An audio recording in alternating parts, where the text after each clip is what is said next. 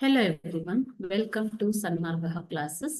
12ನೇ ಪ್ರಶ್ನೆ ಭಕ್ತಿ ಪಂಥ ಎಂಬಂತಹ ಚಾಪ್ಟರ್ ಇಂದ ರಿವಾಯತ್ ಸಾಹಿತ್ಯದ ಹರಿಕಾರ ಎಂದು ಯಾರನ್ನ ಕರೀತಾರೆ?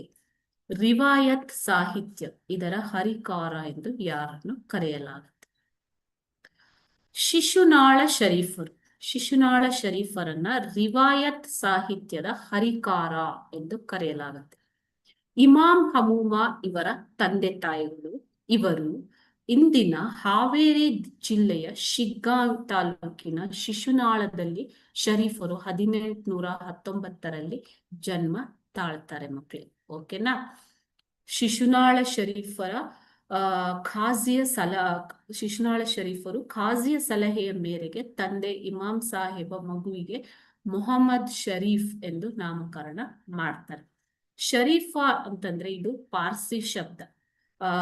ಶರೀಫ್ ಎಂದರೆ ಉದಾತ್ತ ಧ್ಯೇಯಗಳನ್ನ ಹೊಂದಿರುವಂತಹ ವ್ಯಕ್ತಿ ಅಥವಾ ಉತ್ತಮ ಸ್ವಭಾವವನ್ನು ಹೊಂದಿರುವ ವ್ಯಕ್ತಿ ಎಂದು ಅರ್ಥ. ಸೊ ಅದರಂತೆಯೇ ನಮ್ಮ ಶಿಶುನಾಳ ಶರೀಫರು ಉತ್ತಮ ವ್ಯಕ್ತಿತ್ವವಾಗಿ ರೂಪುಗೊಳ್ತಾರೆ. ಓಕೆನಾ?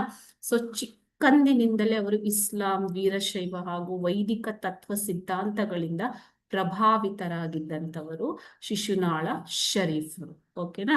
ಸೊ ಇವರನ್ನ ರಿವಾಯತ್ ಸಾಹಿತ್ಯದ ಹರಿಕಾರ ಎಂದು ಕರೆಯಲಾಗುತ್ತೆ. ಏನಂತ ಕರೀತಾರೆ ಮಕ್ಕಳೇ? ರಿವಾಯತ್ ಸಾಹಿತ್ಯದ ಹರಿಕಾರ ಎಂದು ಕರೆಯಲಾಗುತ್ತೆ. Thank you.